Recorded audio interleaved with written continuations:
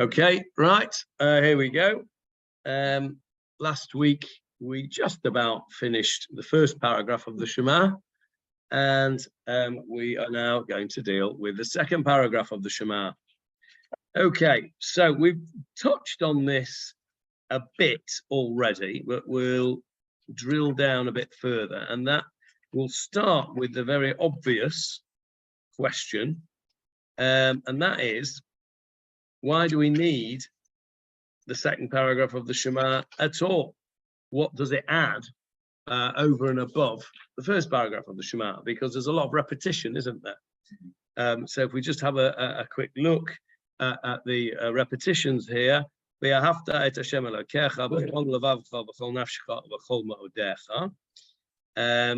and then we're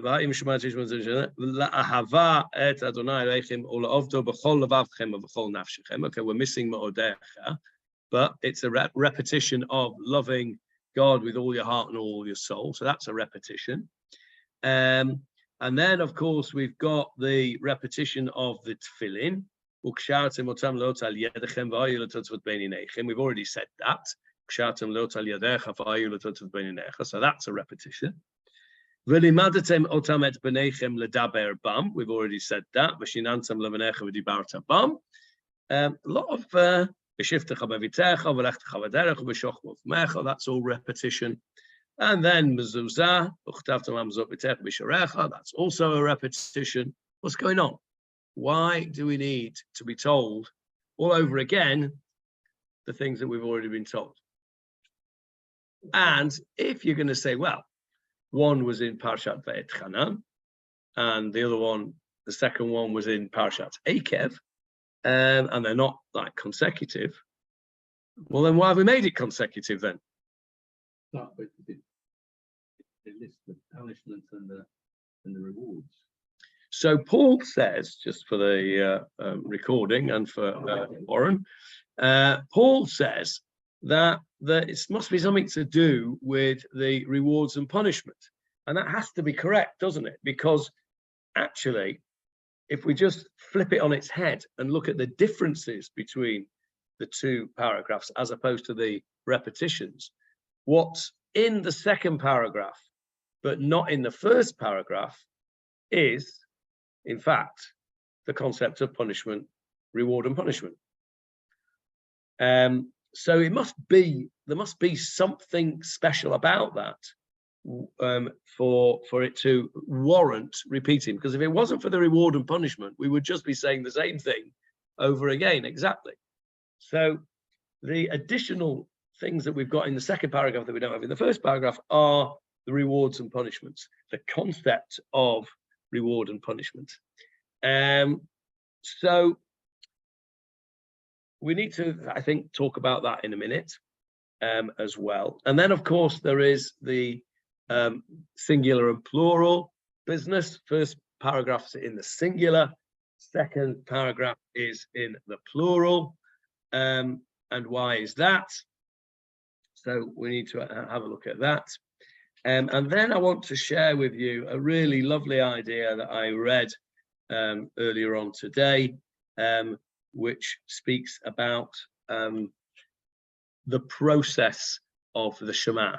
But we'll come back to that towards the end, because it's really, I should say, at the end of the third paragraph of Shema. But it's so good, I want to share it with you today.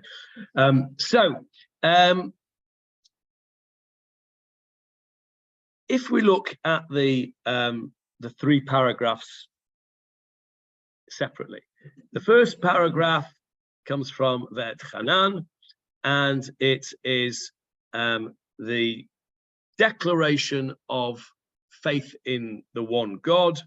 It is the declaration of the centrality of learning Torah, and it's the centrality of performance of the mitzvot, and in particular Tefillin and Mezuzah, which we spoke about last week, being the idea that we are surrounded by the Torah on our arms, facing our heart, on our thought processes, and in our protecting us from the outside world, if as it were, on our doorposts. So the first paragraph of the Shema, which we've pretty much looked at in detail, we can understand that there's a lot of logic into what we've said. It makes sense that this should be a central theme. Question why we need to do it again, and why we've now got it in the plural. Let's deal with the plural thing first.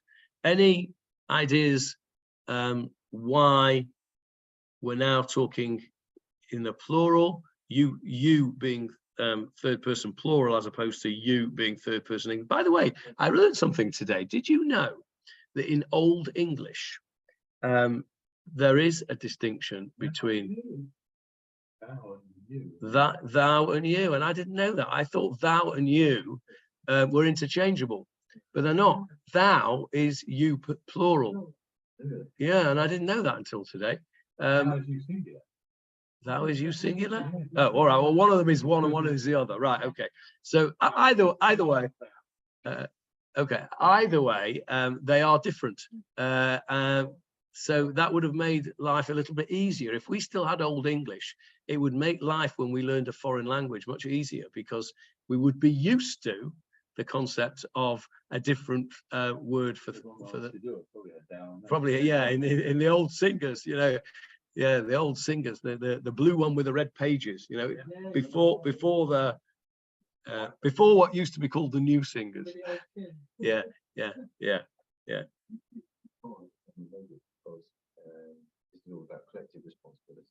Okay, so Jeff says that the second paragraph of Shema is about collective responsibility as opposed to individual responsibility.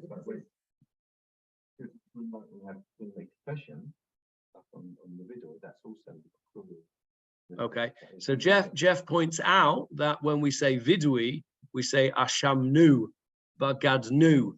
We have been guilty. We have been traitorous. We don't say ashamti, I have, because we're all in it together. Also, because if you give the form rain the latter rain, can't we give it to him, not to him? Right. Okay. All right. That's a very good practical point. Paul's ever the practical one. So yeah. So this is very interesting. Paul says, well, we're talking about rains here, and you can't have it raining on somebody's garden because he's a good bloke, and next door's not a good bloke, so it doesn't rain on there. It doesn't work that way. So there has to, when we're talking about these kind of agricultural thing, there has to be a communal aspect to it. Very interesting that I want this actually, what I'm going to tell you now was actually said at my second son's bris by a rabbi called Rabbi Moshe Kupitz. Don't know if any of you are familiar. Anybody from Manchester will know Rabbi Moshe Kupitz. He's no longer alive. He was a great man, a real big personality, and a super person. And he was the sandak for my second son. His bris was a bit delayed for one reason or another, and turned out to be on Erev Yom Kippur.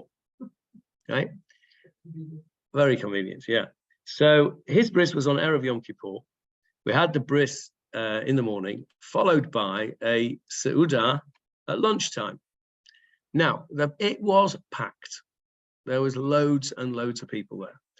And Rabbi, I'll never forget this. How old is Akiva now? Akiva is coming up to 35. So it's 35 years ago. And this is what he said. He said, unbelievable. Look at all these people here, Erev Yom Kippur. We've got nothing better to do than to sit around, and have a seudah here. Of course they have got loads of things to do. They've got the mikveh, and they've got to do all their last minute preparations and one thing and another. But they've all made the effort to come because they're your friends. And they're coming here, honor you, or to be part of your simcha, or however you want to put it. And it may well be, he says, looking at me, that you might deserve a punishment. Right? I'm not saying you would do, but it may be that you deserve a punishment. But if you get a punishment, you've got all these people here who are your friends, and they're going to be upset because something bad's happened to you, whatever that punishment may be, or whatever something bad happens to you. And if any one of those don't deserve to feel bad for whatever reason, then you ain't going to get your punishment. It's a bit like, the rains that that's what reminded me of it. And it was such a lovely thing to say, that all these people that were there who were my friends and who'd come to this bris Suda, he was saying, the fact that you have got so many friends, the fact that people care about you is not just on its own, it's got a knock-on effect, because every single one of them, it doesn't deserve to be upset. Then HaKadosh Baruch Hu, as it were, is not going to upset them by giving you your punishment. I mean, it doesn't bear total logical scrutiny, but it was a nice idea that if you are part of a chevra, and that is what communal responsibility, communal cohesion, all of those things are. I just need to let Hannah in. There we go. Yeah, find yourself. That's right. Absolutely. Find yourself a friend and acquire for yourself a friend. So yeah, so that's a fairly good practical idea about the reigns and everything. But communal responsibility.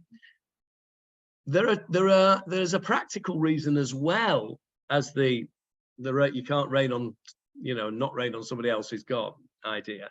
And that is, there are certain aspects of our lives as Jews that we can only do as part of a community. So certain davening, minyan, certain things you can't do at home. So the second paragraph of the Shema, as it were, by using the third person plural, is teaching us the importance of the communal aspect of Judaism. Judaism is not a religion that you can and should, well, it may be true that you can't, you probably can, but you shouldn't be practicing it alone. It's all very well. You might want to go out into the middle of nowhere, in the middle of the Negev, and sit yourself a tent up there and say, over here, I can commune with God. I can, I don't have to get involved in shul politics, and I don't have to see things that I shouldn't see and hear things that I shouldn't hear. I can go out there with my Sforim, and I can commune with God. That's not a Jewish way. We're not Trappist monks, and Eliyahu was not the paradigm who we copy. That is not how we're meant to be. And in fact, Eliyahu was given a bit of mussar, wasn't he, by HaKadosh Baruch Hu when he was critical of the Jewish people. And he said, he was made, as this is one of the midrashim about Eliyahu Novi. Why does Eliyahu Novi come to every bris? Because he was critical of the Bnei Yisrael and how they did not match up to his standards of service of God. And God said, don't you talk about my kids like that. I'll show you, and I'll make you go to every single bris where a parent takes a child of 8 days old, and it's the hardest thing. Yeah, ask any mother. It's the hardest thing that you do is to give that child over to have a bris. And then you are going to go and watch every single one of those, because that's a demonstration of my children's faith in Judaism. So Eliyahu Hanavi was on a very, very high level. We are not held to that level, and we are not supposed to be at that sort of level. We are supposed to be a communal religion, and perhaps the idea of the first paragraph of the Shema: get your house in order, get your head straight, know that you have to love HaKadosh Baruch Hu, know that you have to accept the centrality of the Torah, know that you have to do the mitzvot. Once you've got your head straight round that, now it's time, as it were, to say, okay, I need to be part of something greater than the sum of the individuals. Yeah, 9 individuals plus another individual is not 10 individuals. It's a minyan. Okay, and there's things that 10 people can do that 9 people can't. And this is the idea of the second paragraph of the Shema, is to teach us as it were, the importance of the communal aspect of Judaism. You'll say, okay, that's fine. We know all about that. But the fact is, it's put in the Shema. The Shema does not just consist of the Shema, the one statement, although we know from a few weeks ago that Rabbi Yehuda Nasi believed that that was the only bit that was Dioraita. But the rabbis, at inverted commas, worst, the rest of it is a Drabanan from very, very early on, from before the destruction of the Second Temple. It's well recognized that the centrality of the 3 paragraphs of the Shema dates from round about, at the latest, the 1st century BCE. So it's a very old prayer, which has been put together from the sections of the Torah. So, the second. So why wasn't it in the Torah? In which order? You mean? Why is it in 3 sections? Okay, well, that's a very good question. It's in 3 sections because that's how Moshe said it. What's important is that the rabbis have said, we are going to put those 3 together. The biggest question is actually on the 3rd paragraph, which is not even part of Devarim. That's in from Bamidbar. Completely different altogether. We know that Devarim were the words of Moshe Rabbeinu, Eila Devarim Asher Diber Hashem, as Asher Diber Moshe. Whereas the 3rd paragraph comes from Sefer Bamidbar, which was the words of HaKadosh Baruch Hu. It's all the words of HaKadosh Baruch Hu, but not via Moshe. So that's the biggest question, and we'll talk about an answer to that when we get to the 3rd paragraph. But in the 2nd paragraph, Moshe assures the people that if they observe the mitzvot and are loyal to God, there will be prosperity for everyone. So that's that communal cohesion again. You need that communal cohesion. But if the people, plural, turn away from God, then ultimately that will result in what? What is the ultimate punishment that we're told about in the 2nd paragraph of the Shema? You won't get produced. Worse than that. After that, it starts with that, Barbara. Let's go through it. Let's go through it. And it will be if you will listen to my mitzvot that I'm commanding you today. We had this question last week a little bit. What are we talking about here? Are we talking about the whole of the Torah? Are we talking about the 10 commandments? Whatever it is that he commanded you today, most Mefarshim talk about this being the whole of the Torah. To love your God and to serve him with all your heart and with all your soul. Then what will happen? Remember, this is a v'haya'im Shema, and it will be if. What will happen? V'natati matar artsechem be'ito. You will get, I will give you rain in your land, be'ito. What does that mean? In its time. It's what's the root of the word? Et. Ayin taf means time. Okay. What word do you know which is connected to that? Which you see a lot in the Torah. Ata with an ayin. Now. Very good. Ata. Now. Can't get much more connected to time than that, can you? Now. Okay, so ata with an ayin is connected to the word be'ito. Be'ito in its time. Yoreh or malkosh, they are 2 different types of rain. Yoreh is the first rains, and malkosh are the last rains, usually at the end of March, something like that. And it's very interesting because that word malkosh is used in modern Hebrew. It's used in modern Hebrew, and I didn't know this until we went on a tiyul at the end of March. The last tiyul that we did, we went on at the end of March, and it was raining as we were leaving Poleg and going down Route 2. We were going south, and David Altman, who was our tour guide, was talking to us about the geography and the meteorology of Eretz Israel. And he spoke about that these were the last of the Malkosh. And my ears pricked up. And I thought, wow, yeah, that's the word that we say every single day. And I didn't know I mean, it's not the kind of thing you would have a general conversation about every day about the latter rains, but the latter rains of the year in Eretz Israel are known as the Malkush, and it's there in here. So these are the rains. This is what you'll get. You'll get rain in its time. In other words, you'll get the right rain in the right time. It's a bit like the leaves on the railways, you know, there's the wrong type of leaves, but the right type of rain will be at the right type of time. So what will happen then? V'asafta deganecha. You will gather in your grain. V'tiroshcha. And what's tirosh? Wine, yes, your grape produce, yeah. Again, a word that is used in modern Hebrew. What is tirosh? Grape juice, yeah, but it's not just grape juice. It's grape juice that's used for sacramental purposes. Otherwise, it's mitzanavim. Okay, so tirosh v'yitzharecha. What's that? Without looking at the translation. You say it often enough. What's it mean? V'yitzharecha. Have a guess. We're talking about grain, wine, and what kind of produce? Okay, now you can look in the translation. Oil. Yitzharecha, your oils. Yitzhar is oil.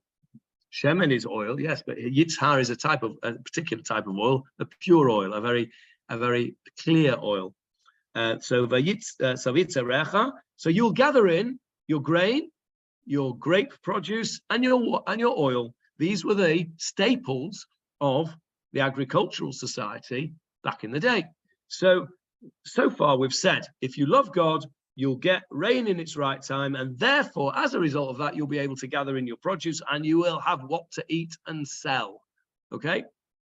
V'natati, and I will give asev. What's asev? Don't look in the translation. Grass, yeah. Asev is like herbs and grass, and so yeah, it means grass. Besadacha, that's used today, yeah. Yeah, it's tibulim is herbs.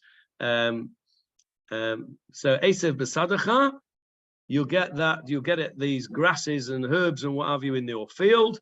Liv hemtecha, for your cattle. In other words, you'll have pasture because it's rained and it's green. And then what will happen? V'achalta, you'll be able to eat. V'savata, and you will be satisfied. Okay, so that's. Isn't that singing? It is, isn't it? And so is besadacha liv hemtecha, and so is v'asafta deganecha v'tiroshcha v'yitzarecha. It's a very good question. It's a very good question. I've never noticed that before. How crazy! I've never noticed that before. Don't know. Okay, but I'll tell you why. This is how communal responsibility affects every individual, because it's a bit like what Rabbi Kupitz just said, I think. Not what he just said, but what I just told you he said. If you, plural, love God, your God, and do it with all your soul and all your hearts, then I will give you rain in its right time, and then you, individual, every single one of you, after every single one of you as individuals, because of this communal cohesion that we have, because you've all loved God nicely, right? You will all have individually what you need, because what I gather, what you will gather, what I gather will not be the same as what you gather, because what I need is not what you need. I mean, I've made this up as I go along, but I think it fits,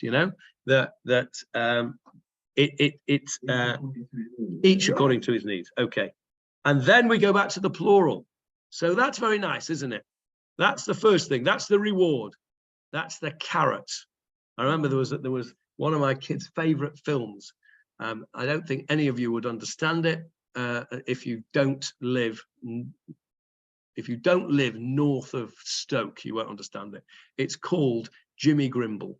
Okay, and it's about a Manchester kid who dreams to play for Manchester City. Okay, and it is a very, very funny film, apart from anything else. It's so Manchester. My kids absolutely adored it. But there's one little phrase in it where there's a rich guy who's promised this football club, not Manchester City, the kids' football club, money to get facilities as long as they pick his kid in school, to play. and they pick his kid, and they said, he said, it's all about carrot and stick, isn't it? Carrot and stick, carrot and stick. So they give him the carrot. He says, "Where's the carrot, Ken?" He says, "I've ate it." So he wasn't given it. So he got the stick. Kid got booted out. So we've had the carrot, and that is, if you keep the mitzvot, you'll get everything. Now comes the stick. Hishamru lachem. Be careful. Hishamru lachem. Again, we're back into the plural now. Pen yifteh levavachem. What does yifteh mean? To stray, lest your hearts will go astray, will turn aside. Vesartem, that's turn aside actually. Vesartem is to turn, and you will turn aside. Whereas you have that word sar, you have it. We did. We did have it. We did have it in Shmuel Aleph, but it meant something different there. Remember, I said this should really be with a sin. Yeah, but Sar, where do we have Sar with the Samach? Moshe Rabbeinu at the burning bush. He wants to turn. He doesn't turn away from the bush. V'sartem, and you will turn away. Where will you turn away to? Va'avadatem, and you will serve Elohim Acherim, other gods. And then what will you do? V'hishtachavitem lahem, you'll bow down to them. And then what will happen? V'chara af Hashem bachem. Barbara says God will get cross. He'll get more than cross. V'chara af. Chara af is an expression of extreme anger. It's not just a little bit cross. Yeah, it's a good expression, cross. V'charaf Hashem b'chem, and Hashem will get very angry with you. And then what will he do? V'atzar et hashamayim. He will shut off atzar. Where do we see that in modern Hebrew? A crossing. What does it say? Atzor, which is the imperative. Stop. V'atzar, and he will. Huh? Up through. That's all. Stop. It's imperative. Yeah. But Sarat Shemaim, and the heavens will be stopped up. By the way, there's another word, a modern Hebrew word that comes from that as well. Constipation. Do you know what the Hebrew word for constipation is? Yeah. Very good, Barbara. Exactly. Atzirut is constipation. Well done. Okay, we don't need to go there any further into that. V'atzaret Shemaim, and the heavens will be stopped up, or he v'atzaret Shemaim v'lo, and then what will happen if the heavens are stopped up? V'lo yiyeh matar, there won't be any rain. And then what will happen? V'ha'adama lo titeh tivula, the land will not give its produce. So you can see everything here is cause and effect. This whole thing is cause and effect. And then what will happen if you don't have, if the land doesn't have any produce? What will happen? Va'avadatem, with an aleph, not with an ayin. Va'avadatem. We've had va'avadatem with an ayin. This is where we need Ruby, because Ruby says his ayins properly. He would make a big distinction between va'avadatem, Elohim Acherim, and you will serve other gods, and va'avadatem with an aleph. What does that mean? To lose. La'abed means to lose, yes. Va'avadatem, and you will be lost. Mehira, quickly. Where will you be lost from? Me'al ha'aretz ha'tovah, from the good land. Which good land? Asher Adonai notein lachem, which God is giving you in the present tense. A little indication there, not that Hashem, which Hashem did give you, but which Hashem is giving you in your short lease, indicating that we are here because God is giving it to us on a constant basis. And if he decides to stop giving it to us, God forbid, we won't be here anymore. So that Asher Hashem notein lachem in the present tense is something that should make us sit up and listen. Okay. Right. So that is your warning. That's your carrot and your stick. And now we go back. And so it's very interesting when the Sephardim say the Shema, as you know, the Sephardim, when they daven, they say everything out loud, or nearly everything out loud. When it comes to this, this bad bit, they don't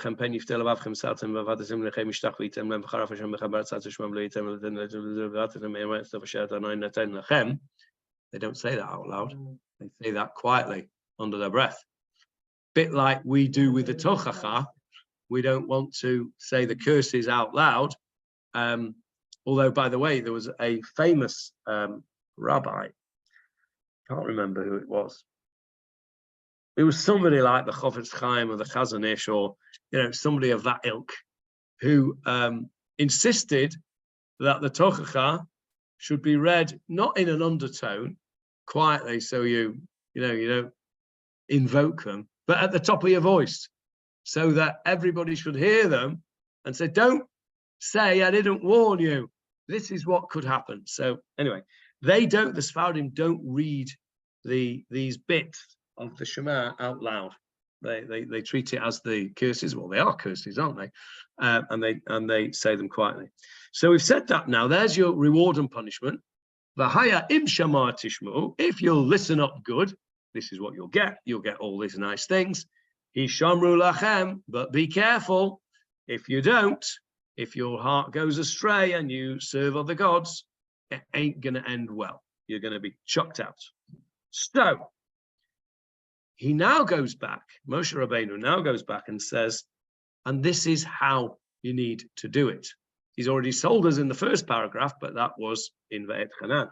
V'samtem et devarai eile al lavavchem ve'al nafshchem. And you shall place my words on your heart, literally. We spoke about this last week, didn't we? About placing it on the heart. And I asked you how you could circumcise our hearts. Remember, we spoke about that bit of the prayer for the state, which quotes the pasuk that Hashem circumcises the heart and allows those words which you have placed on your heart to drop into your heart. And we spoke about that being, the idea being that it's a joint process here. You do your bit, Kadosh Baruch Hu will help and, as it were, open up your heart so that you will receive it. And we ask for this, don't we? Hashiveinu Hashem elech v'noshuva.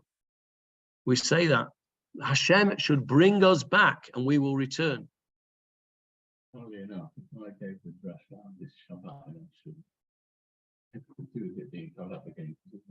Instant use and everything being bombarded all the time with our telephones and with our this and the internet. We need a bit of protection these days. We shouldn't be quite so open to that. Yeah, well, I think there's something to be said for that. I'll just repeat it so that everyone can hear it. Paul said that a guy gave a drasha in his shul this week and said that we could actually do with a covering up of our hearts and our ears, I suppose, because there's too much information bombarded at us, which is absolutely true. And we have to be extremely discerning on what we A, read, and B, hear. Partly because, of course, it's very hard today to know what's fake news and what's real news. And secondly, even if it is real news, do we need to know it all? Do we need to know, all the nonsense that you get bombarded with? You see people scrolling down their phones, just looking for something that catches their attention. Oh, that's interesting. I'll just go over there. Well, what is it? Rubbish. We need to be much more focused on what we spend our time on. So I agree with that.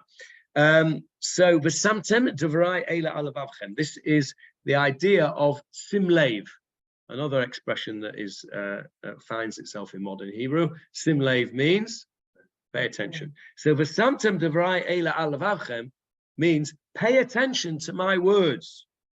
Ukishartem otam leot al yedechem. This is again back in the plural now. This is tefillin, va'yula totafot b'neinechem. We spoke about totafot being adornments. V'limadatem otam et b'neichem, and you shall teach them to your children. L'daber bam, we're repeating again. Shiftecha b'vitecha v'lechtecha v'derecha v'shoch v'mecha. Uchtavtam al mezuzot b'techa u'visharecha. Very nice. Now,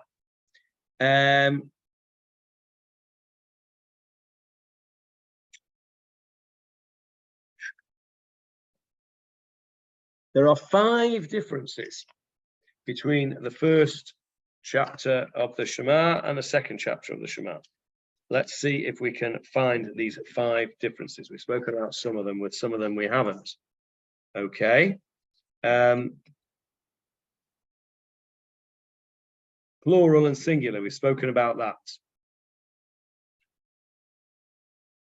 The second section, Tefillin and mezuzah, immediately follow the warning of the stick, okay, that you'll perish from the good land that God is giving you. And Rashi says, and he quotes the Sifri on this, that this is to teach us that the mitzvot of Tefillin and mezuzah are what is going to sustain you, not if Hishamru lachem pen yifter, when your heart will go astray and you'll get these punishments and get kicked out of the land, but when. Rashi says that Moshe Rabbeinu says later on, I know you're going to screw up after I die. You're already, he says, Mamrim atem, you're already rebellious in my life. Goodness knows what you're going to be like after I've gone. And you're going to upset God. You are going to get kicked out. And he says that at the end of his speech, before the end of Vayelech, I think. And so Rashi says here, why is he says, you will be thrown out of the land that Hashem is giving you. And when that happens, pay attention. Make sure you carry on putting on tefillin. Make sure that you carry on having mezuzah, okay? Because that is the way that you will remain as Jews. These are the signs. What do we say about the tefillin? Ukashartam la ot. What's an ot? A sign. This is the sign. What else is described as a sign? Yes, very good. Ot hili olam. What is ot hili olam? Shabbat. Shabbat. Shabbat. Ot hili olam. Beini uvein bnei Yisrael. It's a sign between me and the bnei Yisrael. So Rashi is saying that these signs are the things that will hold you together when you are exiled, and that's why they are placed in that position. Because a third difference is that the command to teach your children in the first paragraph comes before tefillin. We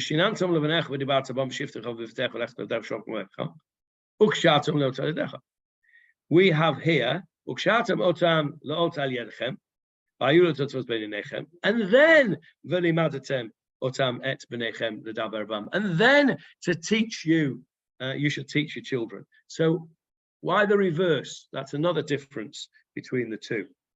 And one that we mentioned earlier on, what happened to Mo'odechem, v'chol levavcha, v'chol nafshecha, or v'chol Mo'odecha. In the second paragraph, the Mo'odecha, or will be Mo'odechem, has disappeared. It's gone. Why? So that's another difference. So those are the 5 differences there. First one is there's no reward and punishment in the first paragraph, but there is in the second. Second one is in the plural, and the first one's in the singular. Third one is that tefillin and mezuzah come immediately after the carrot and stick. Fourth one is that we don't have mo'odecha, and the fifth one is the tefillin and teaching the Torah is the other way around.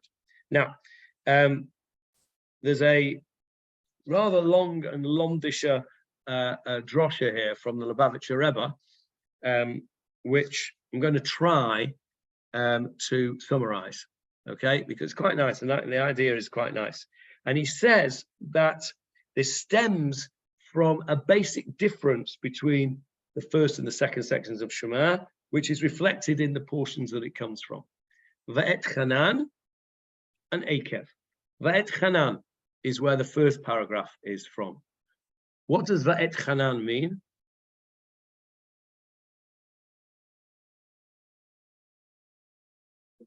Va'et Chanan el Hashem. That's how the Sedra begins. Moshe Rabbeinu says, what's the root of the word?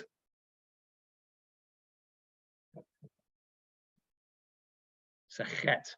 Va'et Chanan. Come on, Barbara, this is up your street. Chet nun. Chet nun. Chen. Chen. Va'et Chanan, and I implored Hashem. Va'et Chanan el Hashem. I implored Hashem. What did he say? What does the parasha begin with? Let's have a look. Va'et Chanan begins as follows. Begins as follows. And I pleaded with Hashem at that time. Hashem, you've shown me your greatness. Let me go into the land. Moshe Rabbeinu prayed and begged and implored Hashem to let him go into the land. That's what it means, Va'et Chanan. Mefarshim say that the gematria of Va'et Chanan is 515, and that Moshe asked in 515 different ways, and HaKadosh Baruch Hu eventually said, he says, enough, Ravlach. Vayom Hashem Elai, Hashem said to me, Ravlach, al tosef daber Elai. Enough. I don't want to hear any more. Od b'davar hazeh. Don't want to hear any more about this matter. That sound familiar to you? It was certainly said to me, and I certainly said it to my own kids, yeah. Enough, I don't want to hear any more about this. The answer's no, forget it. No, right? But please, no. Right, okay, so that's Va'et Chanan, okay? But it comes, what's the root of the word? Okay, another word with a chet and a nun. I'll give you a clue, it's got a mem on the end of it. Yes, chinam. What's chinam? Free, meaning what? Meaning free as in freedom, or as in free as in no cost? Exactly. Chinam means free as in no cost. So, Va'et Chanan, I was praying to Hashem for something which I didn't deserve. It was something that I was asking for, a gift. I was asking for something free of charge. This was not a prayer to say, let me into the land because I deserve it, because I've been a good boy, because I brought the Bnei Israel out of Egypt, because I cared for them, because I did what you asked me to do. No, Va'et Chanan comes from the word chinam. It's so that imploring, that request is a request for something on a basis of a gift that you don't necessarily deserve. It's a freebie. He's asking for something free of charge. That's the idea of Va'et Chanan. Now, what the Lubavitcher Rebbe wants to say is that this first paragraph of Shema, that is how we need to relate to HaKadosh Baruch Hu. That this is not a love because we're going to get something in return, or not in a love because we've already got something in return, and therefore I love Hashem. I love Hashem because He will give me rain in its right time. I love Hashem because He already gave me this land. No, this is a chinam. This first paragraph of Shema finds itself in Va'et Chanan. And the concept, what the Lubavitcher Rebbe wants to say is that the title of a Sedra infuses much of its idea. It's obviously, this is drush, this is not pshat. It's a nice idea, though, that this idea of Moshe imploring this chinam, this idea of getting something for nothing, this is how we should be loving HaKadosh Baruch Hu in a completely free way, as it were. Unconditional, that's the right word. Unconditional, absolutely, unconditional. He goes on to say there are two basic ways in which a person can acquire something. Either you're given something as a gift, or you work hard for it and you earn it yourself. Now, they've both got pluses and minuses. The plus of being given a gift is that it's not dependent on your skill or achievements. You're given it. A very wealthy person could give you £1 million, and you haven't done anything for that £1 million. So it's the advantage of that gift is it could be unlimited, or it could be very much more than you could achieve yourself. The disadvantage, of course, is that it has less intrinsic value. The intrinsic value comes from the £100 that you've earned for yourself, rather than the £1 million that you've been given for nothing. So they've both got positives and negatives. On the other hand, he writes here, nothing is a person to own as much as something as he has pieced together by the sweat of his brow, mind, or heart. The Gemara says a person would rather 1 bushel of his own grain than 9 of his fellows' grain. One would like to think that was the case. Probably not true in most people's cases. They would rather have 9 of somebody else's than their own. But anyway, that's the state. So because it's more enduring in your heart. I remember my grandmother used to say, you know, easy come, easy go, and she had this expression. It's a shame Jeffrey's not here because he would love this one. Maybe he'll watch the recording. She used to have this expression that we all knew what it meant, but it made no sense whatsoever, but we knew what it meant. Pa's working, uncle's rich. That was the expression. And what we understood, if we ever said that, was it's all very well for you going wasting money on, you know, whatever it is, a new coat or going to the cinema or whatever it was. Somebody's got to earn that money before, you know, you can go and spend it. Pa's working, uncle's rich. The fact is, if it comes easy come, easy go. So Akev, on the other hand, what's the root of Akev? What does Akev mean in its context here? Well, it's conditional. Everything about Akev is conditional. Yeah, it's conditional. If and when, if Akev Tishmon, if it's all conditional. The whole of Parashat Akev is about conditional things. This is what you'll get if you do this. This is what you'll get if you do that. And that's why the second paragraph of Shema finds itself in Akev, because that's the subject, that's the theme of Parashat Akev. So, what is the connection with that point? Okay, so it is. Akev also means the heel. Now, Rashi, at the beginning of Parashat Akev, uses that connection of heel as follows. Rashi says at the beginning of Parashat Akev, V'haya Akev tishma'un, if you will listen to the Akev. And Rashi says, if you will listen to the minor, inverted commas, mitzvot, that people usually tread on with their heel. Okay, in other words, the little mitzvot that you don't really take too much notice of. For example, having a nice smile on your face. All these things that we consider not to be headline mitzvot. You know, what are the headline mitzvot? Oh, yeah, Shamnu, Bagadnu, Gozalnu, davening 100 to the dozen. Yeah, you know, all the stuff we've already spoken about. But the quiet, small mitzvot, which Rashi says are often trodden, or we would say in English, underfoot. In other words, they're ground into the ground by the heel. The Haya Akev Tishma'un. Rashi says, unusual for Rashi because it's drush, it's not pshat. He says, if you will keep and listen to those mitzvot, those seemingly unimportant mitzvot, then all will be well. Because if you look at those, then it's like, you know, look after the pennies and the pounds will look after themselves. Okay. Gosh, all these aphorisms that our parents and grandparents drilled into us are all coming out. So, decimalization, yeah. I mean, I mentioned shillings, doesn't it? So Akev is about the conditionality. Ved Hanan is about the free gift. And these are this idea of the first paragraph of Shema is to tell us that we have to work at this unconditional love of God. But that's not always possible.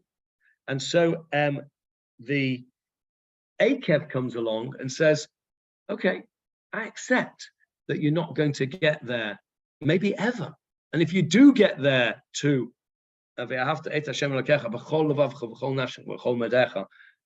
with everything that you have.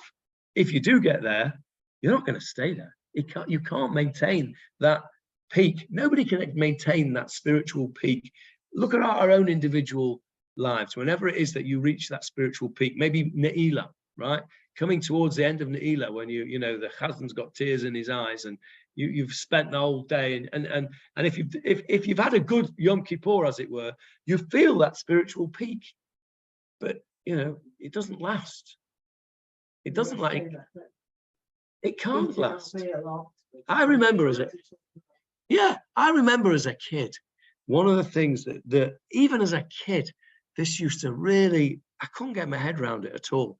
There used to be in Manchester a Jewish newspaper called the Jewish Telegraph. You may be familiar with it. I say the Jewish Chronicle in London did the same thing. In the Rosh Hashanah and Yom Kippur edition of this newspaper, there would be advertised, break the fast disco, or break the fast meal at some trefa restaurant.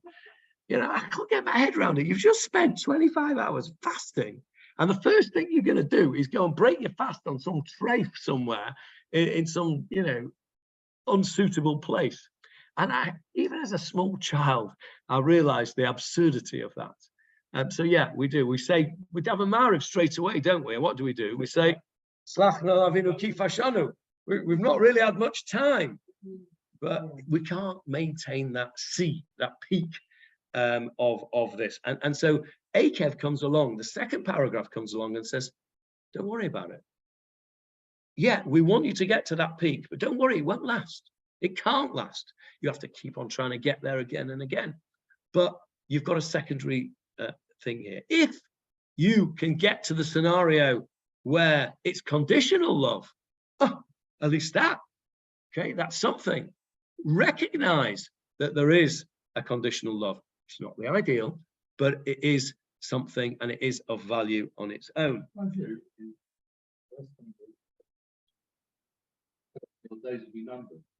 Yeah, Laman, it is, yeah. And again, the same thing.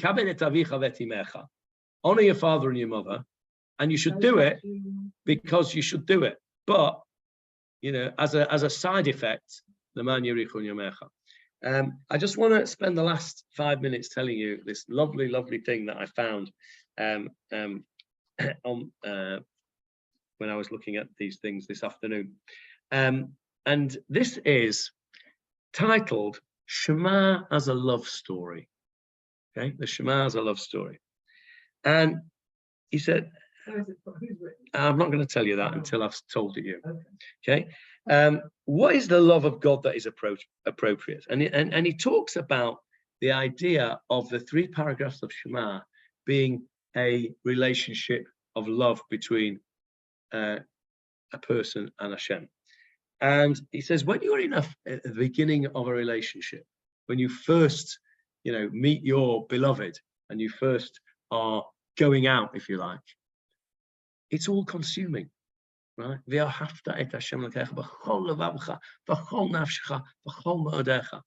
not going to ask you to tell it me, but I'm sure that you can close your eyes and remember a time in your life with your beloved when at that point it was just the best thing ever. It was all consuming. May not have lasted long, but there must be. There certainly was in mine. I'm not going to tell you anything about it. It's none of your business, but I can tell you there were moments, right? It was all consuming love. And that's Ve'ahavta et Hashem Elokecha b'chol levav. And as the relationship develops, then there starts to be certain rules. And he says, I'll just read what it says here. When one falls in love, this is what it's like. The object of one's love is all there is. The love and the relationship creates a complete unity of experience. A person in love wants to shout out, do you hear? I'm in love. This is the one. What do we say? Hashem Elokeinu, Hashem Echad. This is the one. And he says that's not too far from Shema Yisrael Hashem Elokeinu Hashem Echad. When one falls in love, one wants to learn everything there is about that person. You want to know about them. You shall speak about them. The conversations last all day, and even through the night. You just want to talk and know all about them when you lie down or when you rise up. Sometimes people exchange personal items. It used to be a sweater or a pin or a handkerchief I remember when I was little, it used to be these little, friendship bracelets and all that kind of stuff. This is the Tefilah. This is the little leather boxes and straps that are worn each morning during prayers. And photographs. We'd exchange photographs. He says these serve like mezuzot, the physical reminders of God with the words of the Shema inside boxes placed in our doorposts. What did we do with the photograph of our beloved? We put it in our wallet. Okay, I just thought this was so lovely. When one first discovers God, when authentic spirituality is experienced, one is entirely enraptured by it, as one is when one first falls in love. Okay, and that's a lovely idea. After one falls in love, the relationship moves into a more serious mode. The initial rapture of infatuation moves towards learning about each other, really listening to each other, and creating rules for the relationship. General rules, such as don't have this kind of relationship with anyone else. What does that remind you of? Do not have any other gods apart from me. And then specific ones, and he puts in here, such as don't talk about my nose. Right? And he says, as long as the rules are observed, the relationship flourishes. When the rules are not observed, the ties that connect seem less bountiful. The relationship withers and falls apart. Similarly, the second paragraph of Shema begins, if you will truly listen and understand, im Shema tishma'u, it's a double expression. If you really listen, if you surely will listen to my mitzvot, and it focuses on the need to pay attention in order to understand the rules of the human-God relationship. So then the Shema presents the following conditions. If you observe my commandments, God will send rain, etc. If you don't, the rain will stop, the land will dry up and wither and starve. And what will happen? You will go your separate ways. You will be exiled from your beloved. Your beloved will give you the old heave-ho. Okay? So the Bible was written for people who understood the cycle of rain. And the rain literally and figuratively connects heaven and earth. The mitzvot are the commands that tie Israel to God and God to Israel. When they are observed, the relationship with God grows and produces fruit. When the mitzvot are ignored, the relationship withers away. The paragraph concludes with a view to the future. Do these things so that your days upon the land will be multiplied. At this stage in a relationship, as the relationship matures, the couple begins to think about their long-term implications of their relationship. The ultimate stage in this loving relationship is marriage, and the declaration of that the relationship will last. Okay, and that brings us to the third paragraph of Shema, which I'm not going to tell you about. I'm going to save it for next week. Isn't that a lovely idea of this this Shema as a love story? You'll see how the love story ends with the third paragraph of the Shema next week. But I couldn't resist finishing off with that lovely idea. Now I'll tell you where it's from if you really want to know where it's from. But if I'm not going to tell you where I found it, because then you'll be clever as me, because you'll be able to look it up yourself. It's by a chap called Jeffrey Spitzer, who is a conservative rabbi. Okay, he's a conservative rabbi in America.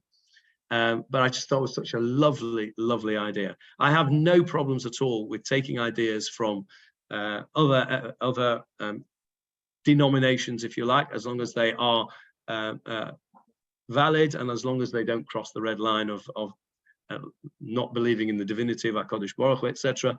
I have absolutely no problem, and very much of what I have learned and what I have passed on has come from sources like that. I don't know who Jeffrey Spitzer is, because I only found that this afternoon, but I intend to find out and see what else he's written, because I really like that. Okay, any questions, Warren? No, Warren's still there. Yes, he's not fallen asleep. Jolly good. Okay, we'll see you all next week. Shavua Tov.